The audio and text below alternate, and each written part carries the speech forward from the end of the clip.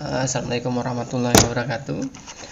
Untuk hari ini kita akan belajar tentang link state dynamic routing protocol. Ya, jadi kalau sebelumnya kita belajar tentang distance vector, hari ini coba kita bahas tentang link state, perbedaannya di mana. Ya, oke. Jadi untuk link state itu nanti posisinya ada dua protokol di bawah protokol link state, ya. Ada dua protokol, yaitu OSPF dan ISIS, ya, dimana nanti untuk routing protokol link state, ya, link state routing protocol di sini nanti untuk penentuan jalur terpendeknya, ya, atau jalur terbaiknya itu nanti menggunakan algoritma Dijkstra, ya, algoritma Dijkstra. Jadi nanti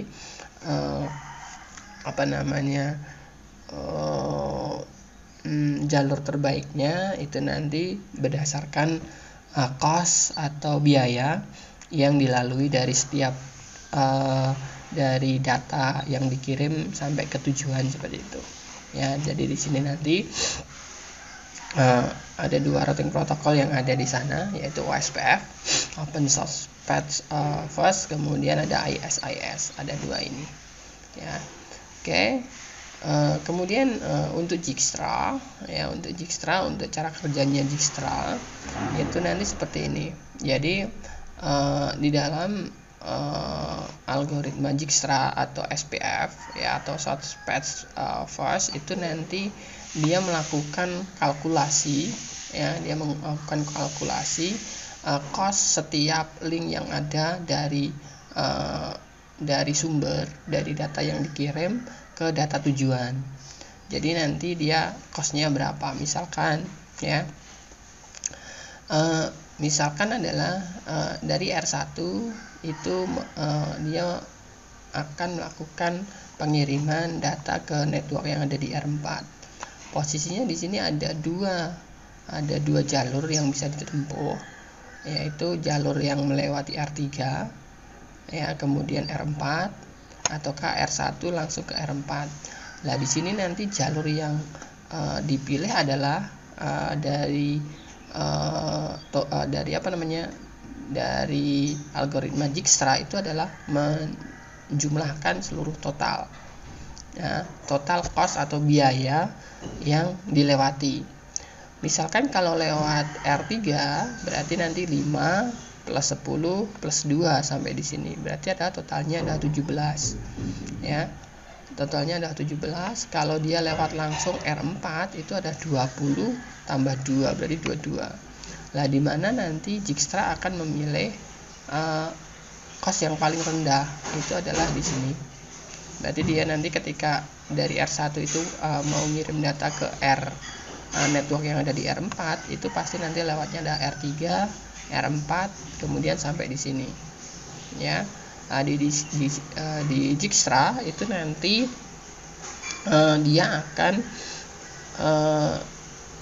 cost ini itu berkaitan dengan kualitas link, ya, berkaitan dengan kualitas link dari asalnya data sampai ke tujuan data, ya, kualitas link. Jadi berbeda dengan distance vector, ya. Distance vector itu dia hanya melihat hubnya atau jaraknya, jarak yang terdekat itu akan yang diambil. Kalau kita menggunakan RIP, ya, RIP ataukah EGRP, itu nanti kalau seperti ini, ketika dia mau ke sini pasti yang dipilih adalah jalur ini, ya, jalur ini. Karena apa? Karena dia hubnya paling dekat daripada ini. Kalau ini kan dia satu hub, dua hub, dia baru sampai 3 hub. Ya, di sini ada 2 hub, di sini ada 1 hub, ya. Nah, di sini kualitas link nanti diakibatkan apa? Ya, diakibatkan oleh traffic ataukah latensi, ya, ataukah ya, traffic, latensi, dan macam-macam lah, ya, seperti itu. Oke. Kemudian jadi nanti untuk SPF Ya, di sini tadi seperti yang saya jelaskan tadi bahwa dengan SPF, contohnya di sini bahwa di gambar ini perspektifnya adalah dari R4, di mana dari R4 itu dia menghitung ke seluruh tujuan yang ada di topologi ini. Ya, dia akan melakukan kalkulasi. Jadi contohnya ini dari R4 dia dari tabel yang bawah ini ya, dari R4 dia mau ke network yang berada di R1. Berarti adalah dia kalkulasinya adalah ke R3, dari 4 ke R3 ke R1 totalnya adalah 17. Jadi dia lewatnya atas. Ya, kalau lewat samping sini tadi saya jelaskan bahwa dia 20, dia lebih besar. Dia pilih yang yang ke atas.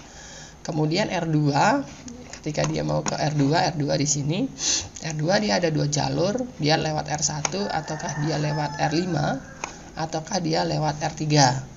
Ya. Nah, di sini yang paling pendek ya, yang paling bagus atau yang paling cost-nya paling rendah itu adalah dia ke R5, kemudian R2. Totalnya ada 22. Di sini 10 tambah 2. Kalau lewat sini berarti 20, 40, 42 ya. Kalau lewat R3 itu adalah 10, 15, kemudian 20, 35, 37. Jadi yang paling pendek lewat R5 dan seterusnya ya. Seperti itu. Ya. Oke, jadi cost yang paling kecil nanti yang akan digunakan. Oke, nanti untuk bangun proses yang akan dilakukan sebuah router ketika dia menerapkan link state. Ya, ketika mereka menerapkan link state itu nanti adalah setiap router dia akan belajar atau dia akan mencari directly connected-nya. Itu pasti setiap router. Jadi directly connected-nya yang ada itu nanti dia akan dicatat dulu ya, dimasukkan ke routing tabel directly connected-nya ya. Jadi contohnya ini R4 dia punya 4 directly connected, 1, 2, 3, 4 ya. Berarti ketika SPF atau ketika link state itu dia akan mencari dulu direct connected-nya. Kemudian setelah itu setiap router dia akan mengirim paket hello ke router-router yang ada di sampingnya atau yang dia directly connected. Contohnya di sini adalah R4 itu directly connected-nya adalah dengan R3 dan R1 dan R5. Maka nanti ketika sudah mendapatkan directly connected-nya R4 dia akan ngirim hello paket. Dia akan ngirim hello paket ke R1, ke R5, ke R3. Hello paket di situ fungsinya adalah untuk menentukan siapa router mana saja yang berada di dekatnya. Ya, yang dia langsung yang dia directly connected dengan si router itu. Oke.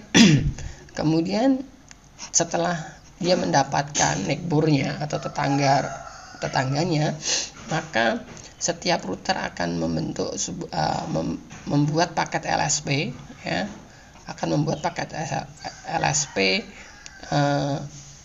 yang berisi tentang directly connected-nya. Jadi tadi di atas dia punya directly connected ya, directly connected. Kemudian setelah itu adalah dia membuat paket LSP yang berisi tentang directly connected yang dia punya ya. Kemudian dari LSP itu setiap router dia nanti akan lakukan float ya. Dia akan mengirimkan LSP ini tadi, informasi network yang ada di setiap router itu akan dikirim ke tetangganya ya. Jadi di sini dia punya 4 directly connected, akan dibentuk LSP. LSP-nya akan dikirim ke R1, R3 dan R5. Dari LSP itu nanti setiap LSP yang diterima tiap router ya. Jadi nanti R4 kirim LSP, R3 juga kirim LSP, dia broadcast ya. Dia kirim ke neckboard-nya. Itu nanti dia akan disimpan ke dalam database LSP. Ya, akan disimpan di database LSP. Kemudian nanti dari database LSP tersebut setiap router dia akan membangun yang namanya topologi map ya secara komplit. Jadi nanti setiap router itu tahu dia dia aware atau dia butuh yang namanya topologi map. Jadi setiap router itu nanti dia tahu topologi detailnya dari jaringan yang ada, itu dia tahu. Tidak seperti di distance vector, dia tidak aware atau dia tidak membutuhkan yang namanya topologi map. Kalau di sini dia butuh topologi map untuk menentukan detail dari topologi itu. Kemudian dari topologi map tersebut nanti setiap router itu akan menentukan jalur terbaiknya menuju ke setiap tujuan, ya. Seperti itu. Nanti setelah ini akan dibentuk yang namanya routing tabel, ya. Jadi ini adalah proses yang nanti akan terjadi di link state di setiap router. Oke. Secara detail itu seperti ini. Jadi nanti tahap awalnya setiap router akan melihat directly connected networknya. Jadi networknya itu ada apa saja, ya. Networknya ada apa saja. Di sini akan di sini misalkan R1, ya. R1 dia punya 4 network. Dia punya network 10.1.0.0.16, 10.2.0.0.16, 10.3.0.0.16, 10.4.0.0.16. Ada tiap network. Ya, di sini akan dicatat dari network ini yang ada di directly connected-nya di R1 itu nanti akan dibuat yang namanya LSP, ya. LSP. R1 dia akan ngirim dulu yang namanya hello packet, ya. Hello packet dikirim untuk mengetahui router-router tetangga yang ada, ya, router-router tetangga yang ada. Jadi dia kirim hello packet, ya. Dikirim hello packet, router tetangganya mana saja, dia kirim hello packet. Nah, di sini nanti hello packet untuk menentukan tetangga router itu siapa saja, ataukah router yang directly connected itu siapa saja. Kemudian nanti dari hello packet tersebut akan terbentuk yang namanya agensi, ya. Jadi ada hubungan dari sini, ya, ada agensi. Lah nanti ketika pengiriman hello packet itu tidak ada informasi respon, ya.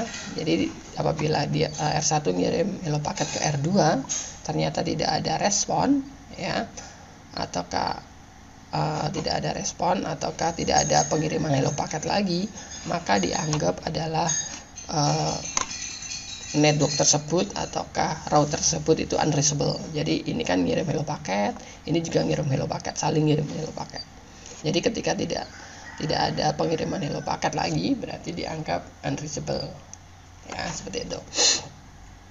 Kemudian setelah itu si router, ya, dia di router nanti di sana ada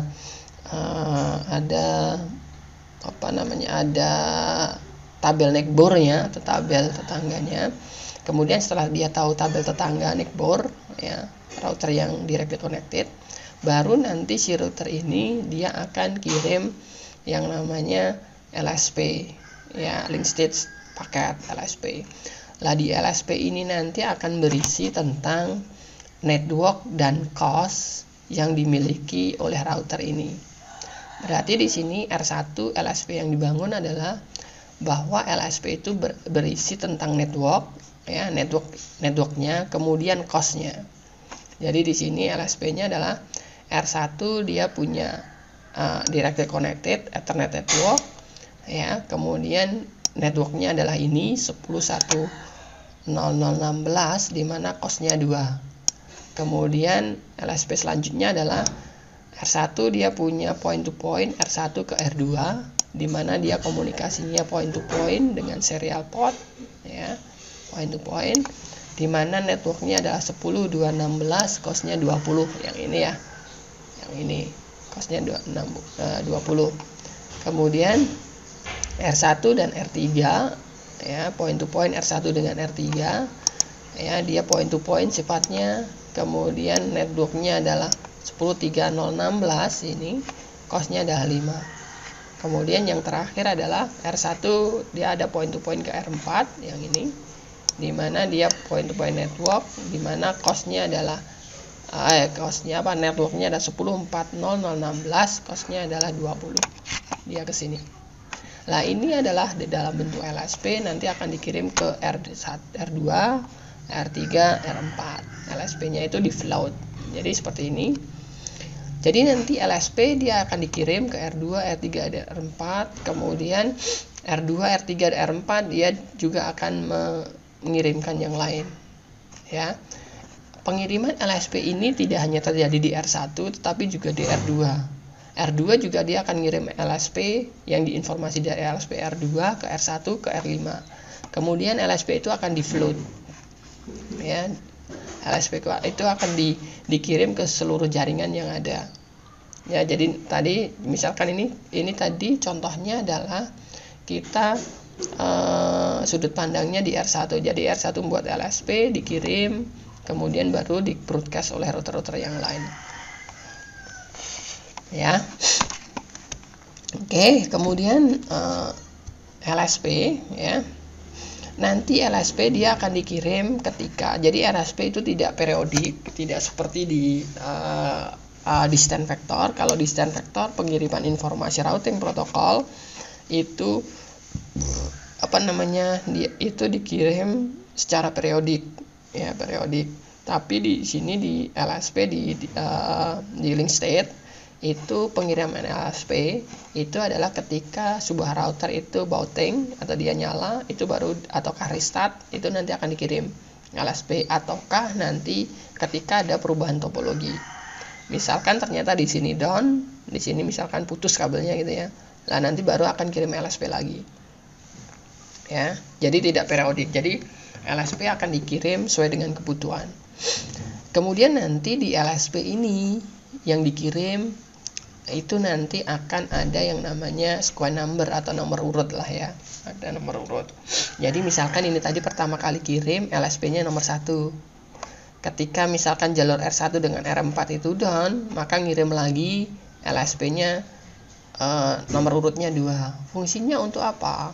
Fungsinya adalah nanti router-router ini dia akan mengetahui bahwa LSP yang dikirim itu saya pernah dapat ataukah belum, seperti itu. Jadi misalkan ini ya, misalkan ini LSP dia dikirim R1 kirim LSP ke R2, R3, R4 gitu ya, R2, R3, R4.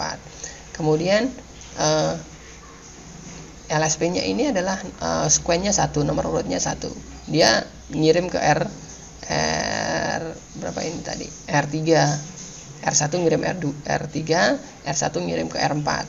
Lah nanti R4 itu kan juga ngirim LSP R1 itu ke R3 gitu ya. Dia juga ngirim ke R3.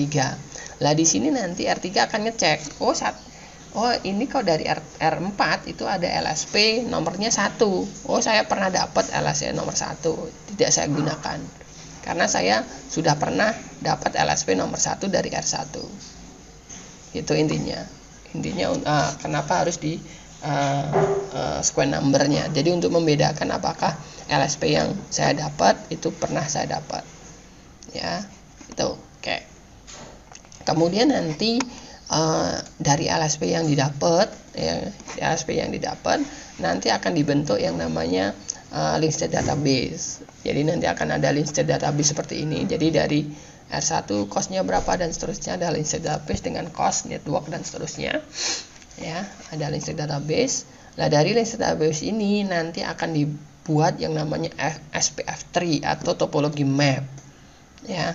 Jadi nanti setiap router itu nanti dia akan paham ya, akan paham detail topologi dari jaringannya. Jadi tidak hanya dapat informasi tetapi dia bisa membuat topologi map. Kemudian di sini dari database nanti setiap router itu akan membuat SPF3 ya. Jadi nanti R1 dia akan tahu directly connected-nya dan cost-nya, kemudian juga tahu network-network yang ada di dalam jaringan dan cost-nya juga ya. Kemudian nanti router tersebut dengan SPF tree itu akan membuat setiap jalur yang terbaiknya, ya, jalur terbaiknya yang mana, ya, seperti ini.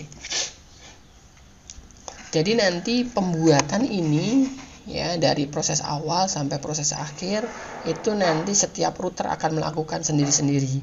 Jadi berbeda dengan RIP atau dengan distance vector di mana dia hanya mendapatkan informasi dari router yang lain. Oh, dari router ke sana itu berapa hop dan seterusnya, itu kalau yang distance vector. Kalau ini nanti setiap router dia akan melakukan sendiri-sendiri.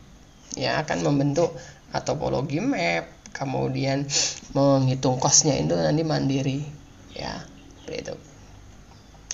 Oke, kemudian nanti dari SPF tree tadi, ya, dari jalur terbaik tadi, nanti baru akan dibentuk yang namanya routing tabel, ya. Ya, nanti akan ditambahkan ke dalam routing tabel bahwa tujuan ke sini, cost-nya berapa dan seterusnya akan dibentuk ke dalam sebuah routing tabel. Yang dimasukkan ke dalam routing tabel itu nanti adalah jalur terbaiknya ataukah cost yang paling kecil, ya. Oke.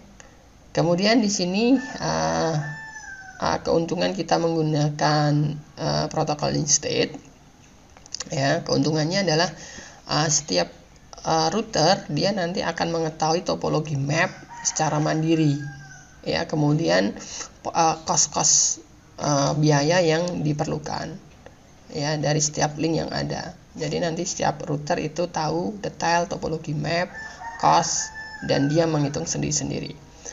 Kemudian dengan adanya pengiriman LSP secara flooding itu mengakibatkan convergent database-nya itu akan lebih cepat, ya. Jadi pembentukan routing tabelnya itu lebih cepat. Jadi link state itu akan lebih cepat, lebih cepat pembentukan routing tabelnya dibandingkan dengan distance vector, ya, karena ada pengiriman LSP. Kemudian LSP itu hanya dikirim ketika ada perubahan topologi, ya. Jadi ketika ada perubahan topologi atau perubahan informasi, LSP itu baru dikirim. Jadi LSP dia tidak dikirim secara periodik. Jadi ketika kebutuhan saja. Jadi ketika ada perubahan topologi, ada perubahan di network atau apa, itu nanti baru dikirim, ya. Kemudian di dalam implementasinya nanti bisa diimplementasikan dengan yang namanya multi area, ya, dengan yang namanya multi area. Multi areanya berapa? Oke, kemudian di sini nanti beberapa yang perlu diperhatikan ketika Anda menggunakan link state, ya, yang perlu diperhatikan, ya. Di sini karena di link state itu dia akan mengkalkulasi seluruh network yang ada, seluruh tujuan yang ada, maka nanti dibutuhkan memori yang cukup besar, ya. Jadi dibandingkan dengan distance vector, nanti performa routernya itu juga harus cukup mumpuni dibandingkan dengan distance vector, ya. Dia membutuhkan memori yang besar karena dia harus ngitung seluruh topologi. Jadi ketika dia networknya lebih besar, maka kita butuh resource router yang juga besar, baik di memori, CPU, ya. Kemudian ketika dia karena dalam pengiriman LSP-nya itu adalah flooding, maka dibutuhkan link yang bagus atau bandwidth yang besar, ya. Jadi antara komunikasi antara link itu cukup besar, ya. Kemudian untuk mengatasi CPU yang besar, memori yang besar, kemudian bandwidth yang besar, itu nanti bisa kita implementasikan dengan yang namanya multi area. Jadi seperti ini. Jadi misalkan topologi ini dibuat dengan satu area, itu nanti maka router yang dibutuhkan itu lebih besar, ya, resource-nya akan lebih besar dibandingkan dengan kita buat multi area di sini. multi area itu adalah area ini difungsikan untuk membatasi pengiriman LSP. Jadi LSP itu nanti akan LSP secara flooding tadi itu hanya di dalam satu area. Nanti yang ke area yang lain nanti LSP-nya berbeda. Jadi ini hanya satu area. Jadi di sini dia hanya kalkulasi yang ada di satu area. Kalkulasinya topologi mapnya itu hanya satu area. Informasi yang ke sana nanti adalah yang sudah fix. Ya. Oke, dengan multi area nanti dengan multi area ya, informasi flooding itu hanya nanti akan berada di satu area tersebut. Ya. Jadi nanti memori prosesor itu akan lebih kecil dibandingkan di sini ya. Di sini kalau dia 5 router itu akan lebih kecil dibandingkan ketika semua ini ada. Misalkan di sini ada berapa ini? Ada sekitar 10-an router lebih lah. Ya. Gitu. Oke, ini link state ini adalah untuk RFC-nya, request for comment-nya. Ya, nggak begitu penting. Oke, seperti itu untuk link state protokol ya. Link state protokol untuk hari ini sekian dulu. Terima kasih, semoga jelas ya. Terima kasih, selamat pagi, assalamualaikum warahmatullahi wabarakatuh.